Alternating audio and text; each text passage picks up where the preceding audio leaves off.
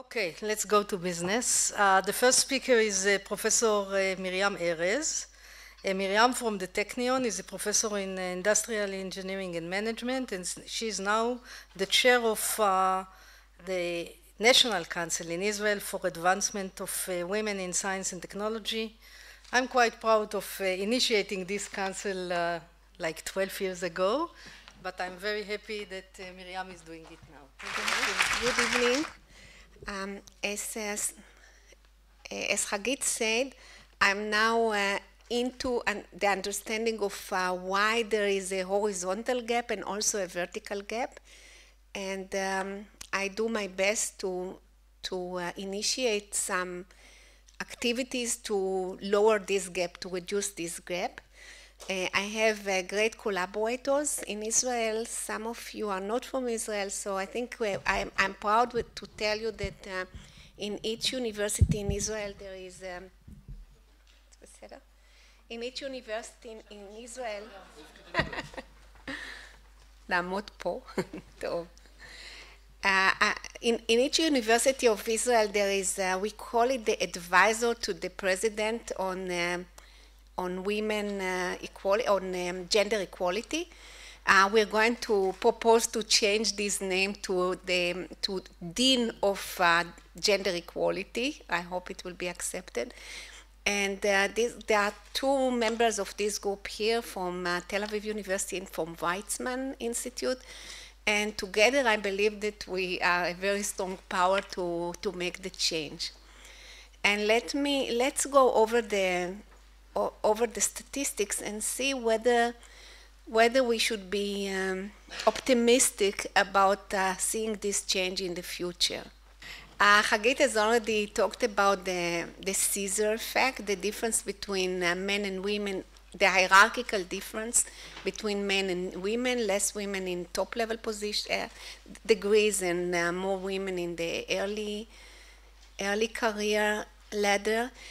And you see that Israel is very similar to the picture we see in the European countries in general. And you see the difference between female, women, and men in the academia. With there are relatively few women full professors across all universities in Israel. And there are some differences between universities like my own, which is an engineering university, and a regular university in the representation of women at the higher level positions, the higher level ranks, like the full professors. And this means that it's hard to separate the hierarchy, the horizontal from the vertical. To some extent, they go together. We see more vertical in the more engineering and sciences and less in humanities and social sciences. This is the European picture that Hagit mentioned, but I already have the 2010 data that I collected the ones for Israel, and this is, I just got it last week. The data that are going to be published in She Figures 2012, but the data are from 2010. We collected the data from 2010. And looking at the gap between the 2002 and 2010, which is like 8-year gap, some of you may say that there is not much difference, but I'm optimistic, so I'm happy for any change that I see here. And at the entrance level, like the assistant professors, we already see that there is a difference of about 4%, which is a good start. And at the highest level, the grade A, the difference is 3%, similar to, I think, to what we saw in earlier years that Hagit showed us. So why I'm optimistic? First of all, because we already see the gap in the more junior positions, but also because we see a big change in the percentage of women PhD students. As you can see here, it goes from right to left, but you see that the PhDs are the yellow ones, and there is a big jump in around 2004 it hasn't changed much, because now it's about over 50% of women in universities in Israel, at the undergraduate and graduate levels, which makes me feel more optimistic about the future, because we need to have a pool of potential women faculty in order to make the change. And if we don't have this pool, which we should start earlier, even during the high school years, we're not going to make it. So today there are also many initiatives in Israel, informal initiatives, I must say, not as part of the formal educational system, to enrich the studies of high school women students in sciences and math. And I believe that there is going to be a change.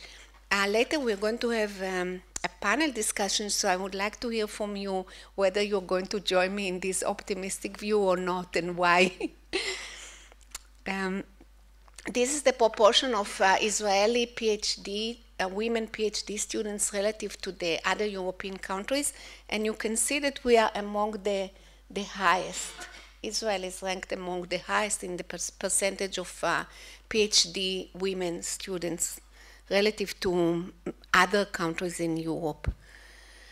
So, but the horizontal that Hagit mentioned before, I don't have the overall distribution in Israel in all universities, but I do have the Technion distribution from this year, last 2012. And you can see the bright one is 2001, the dark one is 2012. And I am going to read for you because I couldn't make it in big letters. You can see that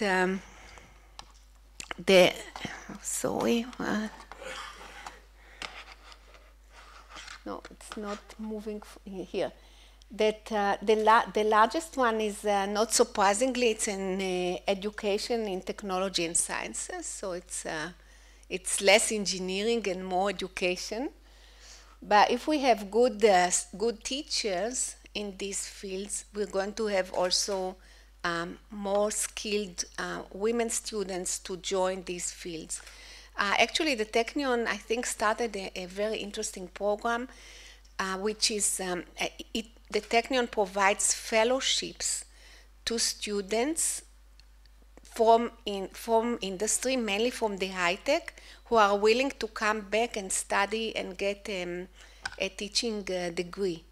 So every year, in the last 3 years, we have groups of about 40 high-tech graduates, if you want, that decided that it's important enough for them to get a degree in teaching, and hopefully they will join the educational system and help enrich the curriculum with more updated courses in math and sciences. But as you can see, I want to point at the difference between 2012 and 2001. And you can see that in architecture, there is a higher number of PhD students graduating. Also in biotechnology, which is the second one. Biology, no, it's the opposite, but in any way, it's more than 60%. It's 60% and higher, which is a very high percentage of women graduates. In industrial engineering, which is my field, there is an increase over the year, and it's already over 60%. The same is in biomedical engineering, a much higher increase over the years. Chemistry is around the same. Electrical engineering, we are fortunate that we have Hagit. A very small proportion of women still in electrical engineering, and I am going to encourage my colleagues, the deans of gender equality in other universities, to put more effort into changing it. At the Technion, for example, in the last few years, there is a special program to encourage high school women students to join electrical engineering. And this year they were quite successful because there are 20% women at the undergraduate level this year, which is much better than we used to have in previous years. So it's a question of educating young women that it's worthwhile going to this field. Physics, there is an increase in PhD students, and computer science a slight decrease, but still it's over 30%, which is... Sorry, yeah, computer science is here. There is an increase, right, thank you. There is an increase to 30% PhD women graduates, and I think it's in the right direction to be more optimistic. And mechanical engineering always suffers from a very small proportion of women, and I think it's not justified. I think the stereotype of mechanical engineering is not updated. Today, the research in mechanical engineering is about robotics, and robotics for health, for medicine, and it's a very exciting field, but women still, the stereotype is that you need to work with the oil and the dirt and whatever. So it's not anymore, and they also are starting now to invest more in promoting the faculty to women high school students. This is very interesting. I think material engineering, you can see the increase in the percentage of women in material engineering, which is an engineering degree, unlike, let's say, chemistry, which is more science. And did I skip medicine? Do you see medicine? No, medicine. Here is medicine. I skipped medicine. Look at medicine. It's almost 60% PhD students. And if you think about 40 years ago, let's say, there were almost no women in medicine, or very few number of women in medicine. I think at the beginning of the 20th century, women were not allowed to enter medical schools. So there is a change. How many? Oh, I have 5 minutes? Okay. So now these are the new data from SHE figures of 2010, and these are the data for Israel, the data that I collected. So this is the horizontal gap, and you can see the red ones are men and the blue ones are women. Don't use the stereotype, and you can see that. Actually, the percentage of women in engineering is the lowest, less than, on average, less than 10%. Faculty, full professor, we are talking about full professors, I didn't mention it. Full professors, very low. At the Technion, for example, it's only 7%. Natural sciences is still low, but fortunately, the Weizmann Institute is going to help us increase the proportion because they are doing very well in promoting women in sciences. Medicine is almost 20%, which is relative to previous year is high. And something that surprises me, and I don't know how to explain, maybe Hagit will, that there is a category unknown that they didn't know how to classify, and it's mostly men that they don't know how to classify. So I don't know why, but you will see in other ranks the same picture comes again. This is something I should study in the future, why there are unknown, so many unknown men in terms of the rank.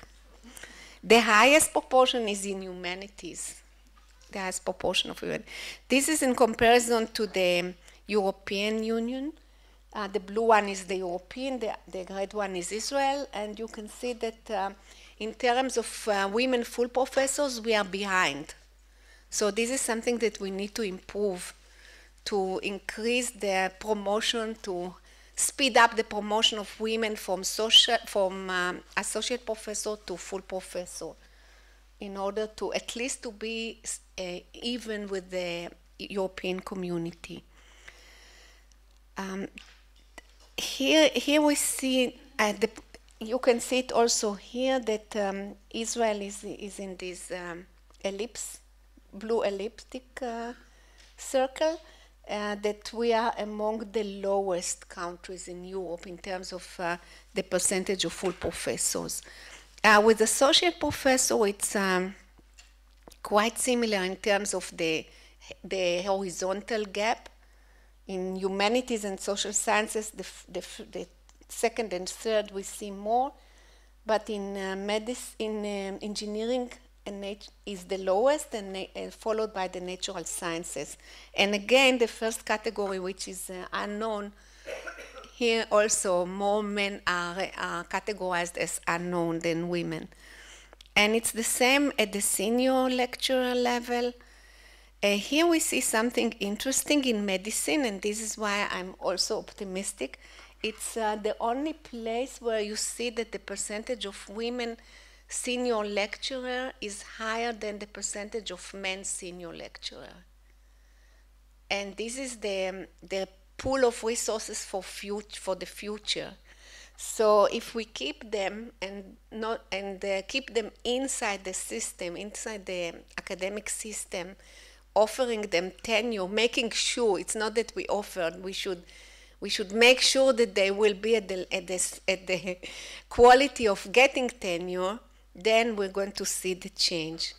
The reason I say we should make sure that they know what they need to do is because we run once a year a workshop to women, non-tenured women, but also from associate to full. And it's surprising how naive women are in terms of not knowing what are the rules of the games. Because everyone knows that research and publication is very important, but when it comes to evaluation, especially from the associate to the full, there are other criteria that are not less important. For example, international visibility. So this is something that we do in our workshop, and we hope that it will, at least the Technion women faculty will see some changes, and we share all our best practices across universities. So it's something that will also happen, hopefully, in other universities as well.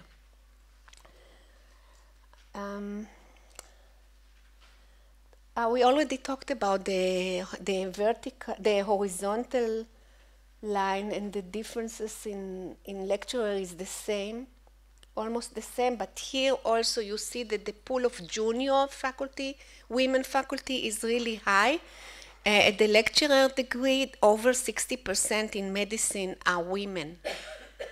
So there is a pool of resources, and we, the full professors here and in the universities, we should make sure to educate them what needs to be done to make the change from associate to full professors, from senior lecturer to associate, and then to full. And now I want to say, I'm not going to show the data because it will take too much time and I have 2 minutes, but I'll show you the summary of this data. I was also asked to collect data about the research foundation, ISF, BSF, and GIF. And here there is something interesting which we should also inform the women. First of all, less women submit proposals to the competitive grants. So we cannot blame the system, we should blame ourselves, and we should encourage more women to submit research grants to these 3 competitive foundations. And second, they should ask for more money. So this is another, sorry, I put the wrong slide.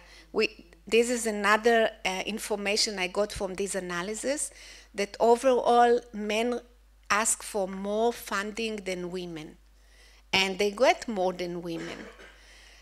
They get not that they get twice more, but they get more for 2 reasons. First of all, because they ask for more, but second, because there is a slight, I would say, a slight difference between men and women in terms of from those who ask for it, how many get it. And this is something that I want to share with the foundations, so that they know that there is some discrimination, a small one, but but it's important not to have any discrimination in this in funding research, because it's very, very important for promotion to have research funds. So I understand that I need to finish now. So the recommendation, I will get to it in the panel that we have later, and then we will have more discussion.